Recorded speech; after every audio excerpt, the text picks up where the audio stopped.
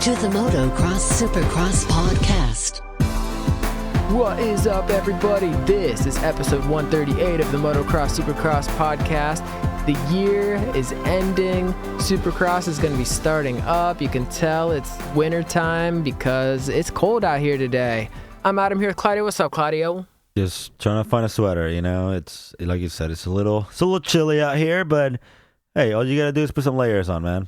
Cold for us though is nothing. Like highs are in the 60s today still. Like it's not really that cold. We'll go back to 80 tomorrow, no worries. Yeah, in the next couple days at least. But up north they're getting there's 3 feet of snow in some areas and stuff. So it's definitely wintertime, and Supercross is gonna be cold. I saw Lorenzo, he posted an Instagram, I think it was to his story or something, him chilling by a fire after he got done riding. Yeah. So he's not ready for it yet either.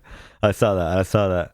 It was pretty early though. He was riding early. Yeah, well, we got those open stadiums this year, so you got to be able to acclimate. We got Denver and Nashville, obviously the Anaheim races, the New York. There's some serious weather going to be factoring into this season. Yeah, and we got to get used to it. So we got to get used to it. Well, so this is our little midweek update with everybody. We do have a couple news stories to talk about. Episode 138, by the way. Yeah, episode 138. Last episode I said 127 when it was 37. Jeez. But oh well, sometimes you say things, but you don't even know what you're saying, right? Who's really listening out there, Yeah, exactly. So what should we start with first? I mean, there's seems to be a couple things to talk about. Actually, you know what I want to start with first?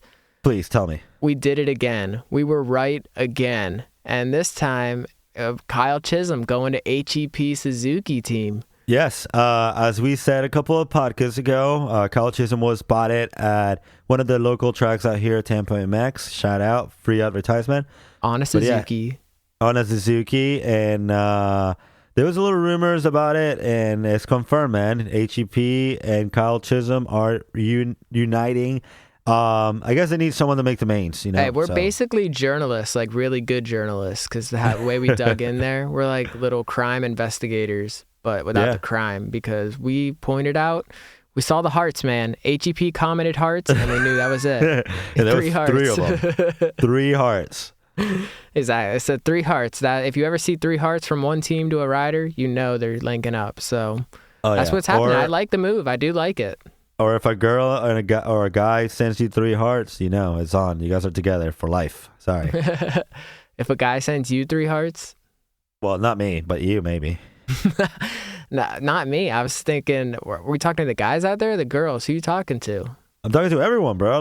Guys get girls, girls get guys, everything, everything. Guys get guys, girls get girls. It's 2018, bro. Guys get transgenders. Yeah, everything. Cats get dogs. The bottom line is that we don't discriminate around here. So if you get 3 hearts, you're in for life. Yeah, keep an eye out for the 3 hearts. After the Supercross season starts, Valentine's Day is right around the corner. So save those 3 hearts, send them to someone special. Yeah, watch out. Speaking of someone special, though, nice segue. This photo is gnarly. Weston Pike's head with 40 staples in it. That thing, oh man, that's insane. Yeah, that's crazy. It just makes me think of the fact how they open his head and just kind of peel it down. And yeah, they peeled his whole head down and just did their surgery, and that's just nuts. Yeah, that's crazy how they do that. That they just peel your face down, do some surgery, pull it back up. Nothing happened, dude. You good? Yeah, and all the hair stays there and everything. It was pretty deep. But his comment said, 40 staples, gotta love it. I was more than halfway to getting a full face off. Man, get it? That's insane. Wow. Yeah. Wow. I mean, I'm actually very happy for him because I feel like he's definitely making a lot of progress.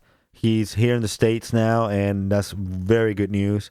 So we can't hate on that. He did hashtag it concrete for breakfast. That's what his photo hashtag said. So that's something there. Wonder what that means. Yeah, I think it means whenever he ate the concrete for breakfast, lunch, and dinner in France when he was there. Huh. Yeah, so... Interesting. It's just good that, he's on the road to recovery now and hopefully getting better and better and better. And we'll just keep an eye out for updates. But yeah, going back to the Cal Chisholm thing. Yeah, let's go back to that. Like we said, we spotted him out here at Tampa MX. He was riding on Suzuki. There was some rumors about him joining HEP Motorsports with the 7 Deuce and A-Ray. I want to say, I don't know how disrespectful that is because you're going to have 3 450 riders. But Cal Chisholm will probably be the one that's making the mains right there, right? You never know. Alex Ray is that former factory Yamaha rider. You can say that, right? Yeah, and that's what I was going to say. Like he did a couple of races for the Motocross. He did a couple of races, but didn't do anything, though. He didn't really accomplish much with the Yamaha team, even though he was riding a factory bike. He had one of the best opportunities that a privateer can probably get, and a lot of people will kill to have that opportunity just to get 3-4 races in with a factory ride and see what they can do.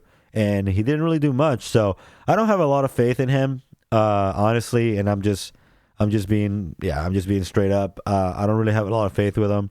And the 7 Deuce, he's a really cool guy, but I remember a couple of months ago, back in the day, whenever he wasn't on an HEP Suzuki or the RM Army, how he was like Honda for life and all this stuff. So, money makes people change, man. Dude, and one thing to remember is that all 3 of them, their whole team is coming off at like injuries. Like Alex Ray had his injuries. I want to say like broke his back or something.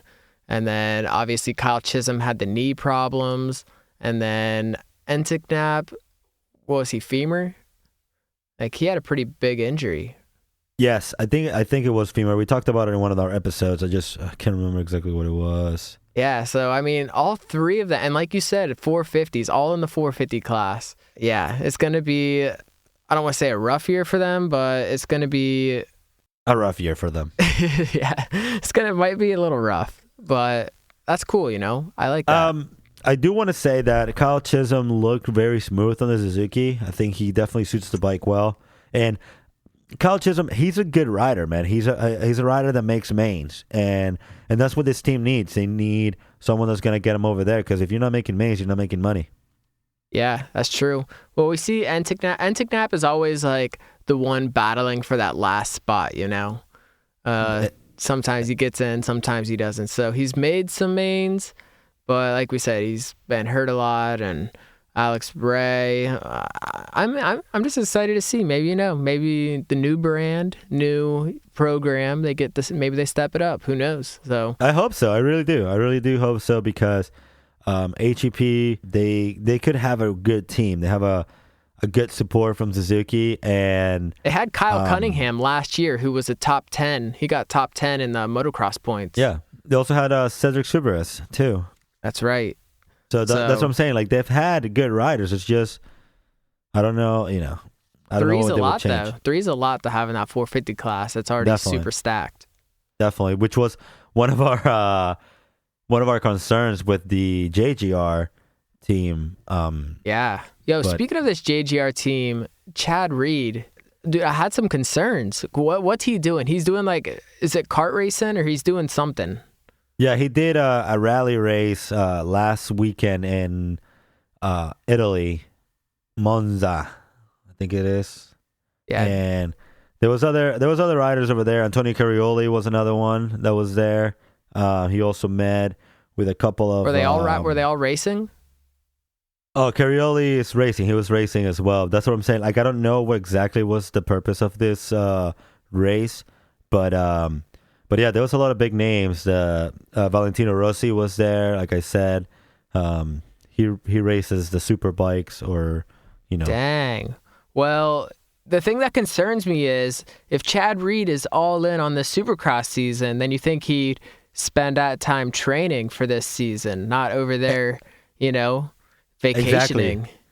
Exactly. Like, I don't know exactly what the purpose of this race was, but if you're getting ready for this 2019 season, which is around the corner of, you figure you'd be on the bike just like everybody else, at least maybe he's racing the Torino Supercross, which is another thing we have to talk about that's happening this weekend. I did not see him in the rider list, but I did see we have some pretty big names, I would say, for this event that's happening this Saturday, December the 15th. Yeah, I know that Ricky. There's a picture of Ricky Carmichael on their website. Is he on that list? Yes, Ricky Carmichael's on the list of riders. I guess it's like a Supercross freestyle event, so we have a couple of different names, but we have really big names. For example, for the Supercross, we have Ricky Carmichael, as we just mentioned, Cole Seeley. Yeah, Cole Seeley is going to be there. The King of Geneva, Justin Brayton, Malcolm Stewart's going to be there. So that's a couple of the names that are going to be there. And then for the freestyle, we're going to have Axel Hodges. We're also going to have, Jerry McNeil. We're going to have Edgar Renterias, which is a Spanish freestyle rider. We're going to have Matt Reboud. That's a pretty good list. It sounds like it's going to be a pretty big event. Exactly. That's what I'm saying. Like, not a lot of people are talking about this, but we are. And Angelo Pellegrini, who raced the Motocross of Nations for the Italy team. So there's some big names signed up for this thing. All right. So, and that race Chad did is in Italy, and this race is in Italy. So maybe he is just maybe he'll show up. Make an appearance at least. Yeah, I didn't see him in the rider list yet, but it's only Tuesday, so it's only Tuesday. Well, that's good to look forward to. Is there any other racing news overseas like that we need to talk about? The track for this event looks gnarly. I don't know if the track map that they have on their Instagram is the one, but if you get a chance, please go to Torino Supercross and look at this thing, because the start is gnarly. Yeah, what? No way that's a start. It goes straight, and then it goes through the whoop section, and then like back on the track. It's got like a huge drop off in it. There's a massive drop in the start. Like, yeah, I hope that's it. Now I think about it. But yeah, that's a pretty rad setup. It's got that big landing right in the middle of the track, because it doesn't look on this like animation. The track doesn't look like super big. It's not like a big baseball or football stadium. It's just yeah, this is crazy though. It's still like no way. That thing is so steep. If they end up jumping down that, it's going to be insane. I've never seen anything like that.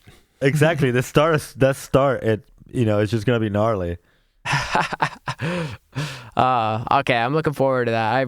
I'm got my fingers crossed, just praying that's how it goes. If you're listening, you got to go to their Instagram and look at it, because whoa. Yeah, it's gnarly. We have to see if we can get it, so we can watch it and actually see what's going to happen with that start. Yeah, we'll have to see where it's being streamed at, definitely. A couple other things that I wanted to touch on in this episode was a bunch of people, I think we talked last episode about how the Monster Energy Kawasaki, like they released their bikes. It didn't have the white seat. They just went with the black seat, but it still looks sick. Yeah. Another bike I thought that looks sick and like different is the Geico Honda bikes. Yes, like the FC Honda. Yeah, the Geico Hondas look sick. Yeah, it's got a whole new, like, it's definitely, they're not following that like branding they had in years past, but yeah, it does look cool. The seat, the colors, the swag. Yeah, I'm looking at Jerry Martin actually posted a picture of his, so hopefully that means he's getting closer to riding too. Yeah, they had they had their photo shoot, and they had Jeremy Martin in the lineup. They had Chase Sexton, they had RJ, Christian Craig, and then Lawrence, which is the up and coming new guy. See what he can do. But the bikes are definitely sick. They look cool, like you said. The colors look amazing. They're definitely getting away from the whole branding thing and the whole sponsoring thing. I mean, it still says Geico, but it's just not like those like yellow ugly letters. Yeah. It like blends in nice. I like I always loved the seat going into like the side plates. Oh yeah, it's just so good. Yeah, it does look pretty cool. It looks a lot like Cole Seeley and like Ken Roxon's bike. They're like imitating that style. Yeah, which is good. That's what we want to see. And the black backgrounds. I know it's for the 250 class, but always makes the bike look sick, especially those. So yeah, that's cool. Another thing is Austin Faulkner posted. Everyone's got their Supercross riding videos, and Austin Faulkner posted really cool, and he said mid-moto chills, and he said had to repost because the other one was blurry, and it's just him just like quadding like onto this like step on, step off. It's pretty insane. Oh yeah, and that's pretty sick. Some mad air. Yeah, sketchy. They had I guess they also had their photo shoot couple this last weekend or whatever, and Adam Cianciarulo said that like he posted a picture of him and stuff, and he was like, I try to get Austin Faulkner to do my whips so they look sick. But he didn't bite. He said he didn't bite. So yeah, Faulkner, he's gonna be fast this year. Man. Yeah, I think I don't know why, but I also have that feeling that he's gonna do very, very well. He looks very focused. He looks like he's enjoying it right now, and he doesn't look pressure, which is a major key for this Supercross season coming up. You have to look relaxed. You have to be comfortable on the bike, and you have to have a good program. And I feel like he's found that place. The only thing that's going to probably keep him away from maybe getting a championship, it will be probably if he gets hurt. But anything else, he's definitely looking good. Yeah, and he's training in the mountains too, and it's just a sick location, just mountains, and a lot of these private tracks are in just awesome locations. But training in those mountains, get that endurance up, that maximize that training. So we see Tomac doing it, so it's definitely working for him. Yeah, definitely. Okay, well, I think I pretty much covered anything that I thought was cool. Did we miss anything? Is there anything you want to throw in? No, man. I think we covered it. Just I want to invite everyone to give us a follow at the Motocross Supercross podcast on Instagram. Keep up to date. We're bringing a lot of good stuff for this 2019 season. We appreciate you guys listening and sticking with us. And make sure you're telling your friends. Tell friends, tell their friends, tell friends, tell their friends, and we have a big community. I hope to see you guys in a couple of the races that's coming up here. Talk to you later. Peace.